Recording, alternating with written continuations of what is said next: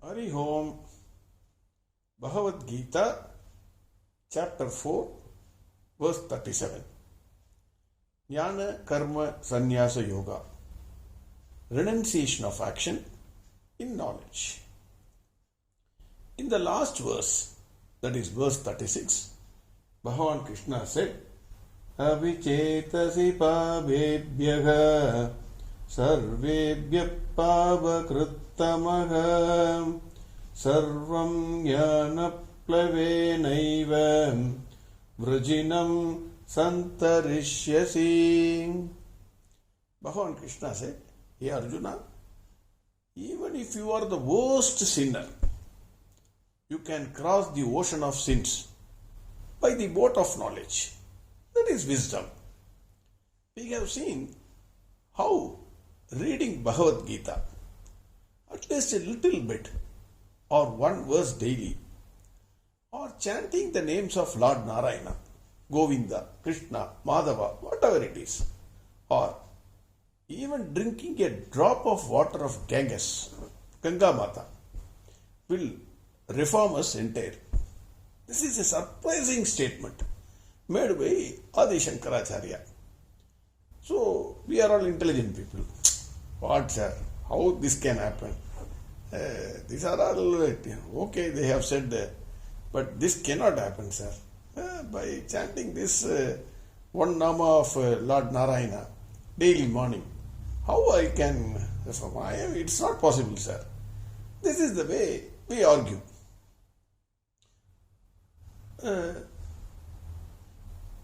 I can give you one small example to understand this.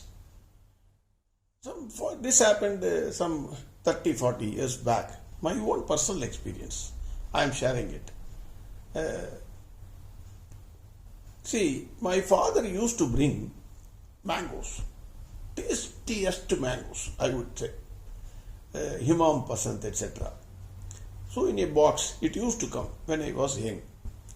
So we used to eat the mangoes, and there was a small backyard in our house. I used to eat the mangoes, and casually I threw the mango seed in that backyard. I never dig the earth and then put the seed, planted or put sands, etc., then watered it. Nothing I did. Just threw it. It was a waste for me. I threw that seed. Then we never bothered about it also. After some time there was rain, etc. Then there was a small sprout. Then the mango tree was slightly big. So we used to break the branches and put it in the entrance of our house. Whenever there was some puja happening in our house, we used to do that. Then after some time, my father sold the house for some reason, XYZ reason. Then after some years, I met the person who bought that house. That person was, I was just asking, sir, how is the house? Hope you are enjoying the house, etc. He said, sir, leave the house, sir. There is one mango tree. Wonderful fruits, sir. Wonderful fruits. Very, very tasty. The fruits are so much that after consuming, I am selling the fruits to the fruit vendor, sir. Excellent, sir, he said. I was feeling just jealousy about it. Think about this. A mango seed casually thrown in the backyard and not taken care of. It was casual, unintentional, this thing. I didn't take care of it properly. Can give fruit, that much fruits. Bhagavan's name, Bhagavad Gita, which is accidentally thrown in your mind without any intention of getting any benefit. At least mango seed was outside. This seed is getting planted inside your heart. So it will become a alavriksha, that is like a people's tree. And then it will give benefits. There need not be any doubt on this. That too, it is not said by me. It is said by Adi Shankaracharya himself. So, we should not have any doubt on this. Now, the verse Another important point which I want to share is, before getting into the verse 37, we all know there will be many tax evaders. The tax evaders, they won't pay the taxes. Lot of disputes will be there in the court. Now and then, government will introduce a scheme called Samadhan Scheme. Kar Vivad Samadhan Scheme. That means, let us not have any dispute. Once for all, we will make you a honest fellow. This scheme will generally help only the tax evaders. There will be lot of tax arrears. Government will say you pay a small portion of the tax.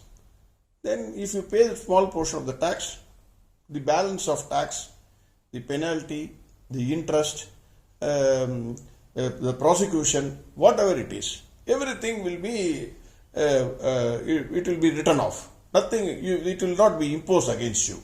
So that scheme they will introduce now and then. Tax evaders will be happy. All sinners are like tax evaders. They have been keeping a lot of sins in their account, not knowing how to get rid of it. Bhagavan says how to get rid of it. Now we will get into the verse. Yadaidamsik samit dognihi bhasmasat kuruterjuna Jnana Agni Samadhan Karmani Bhasmasat kurute tadam. Bhagavan says, Yadaidamsi samit dognihi Bhasmasat kurute Arjuna. Hey Arjuna, fire destroys everything. Yada idamsi samitto agnihi. If you put the samit in the Agni, it gets destroyed. Those days, we used to chant the Gayatri Japa. There will be a particular day after the Avani Avitam function, that is a sacred thread changing function. We used to chant 1008 Gayatri Japas. So what will happen is, they will bring the samit, small sticks, which you have to dip in a ghee and then put it in the fire. The samit will be occupying the entire hall. But one by one you chant one mantra and then put it in the fire. One mantra and put it in the fire. Finally, if you see, no sticks will be there. Samit sticks will not be there. And everything would have become only a handful, not even a handful, less than the handful of ashes. All the samits which were occupying the entire hall would have become small, we can say little bit of ashes. That much it would have become. Similarly, if you take a raging forest fire, nowadays we are seeing in the TV, the forest fire will destroy a 1,000-year-old tree, 100-year-old tree, newly come, whatever plants and other things which have newly come up, that will also be burnt down. The seeds which are waiting for sprouting, that will also be burnt down. Everything will be burnt down. In the same way, Bhagavan says, Jnana Agni Samadhan Karmani Bhasmasat kurute tada. In the Jnana Agni, in the wisdom of knowledge, in the fire of knowledge, all the actions of a person will be burnt down. Jnana is not intelligence. It is wisdom. With wisdom, everyone will be able to take control of himself. That person, the wisdom dawns, then he knows what is Sat and what is Asat, what is right, what is wrong, what is Dharma, what is Adharma. Everything he knows. With that wisdom, all the actions, whether past or future, everything will be burnt down.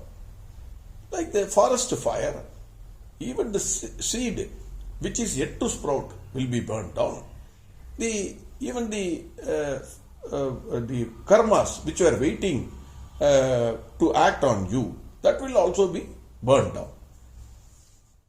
The story of Shivji and Kamadev depicts the same thing. The meaning is same.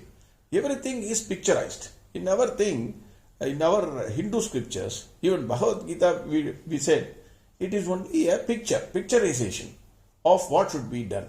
Similarly, the Shivji and Kamadeva, Shivji will be opening his third eye, and Kamadeva will be burnt down. That exactly depicts this. Shiva is always in a meditative state. Kamadeva represents not only lust, he also represents desire for power, money, etc. Bhagavan Shivji was untouchable by Kamadeva. Kamadeva always attacks a person in a secret manner.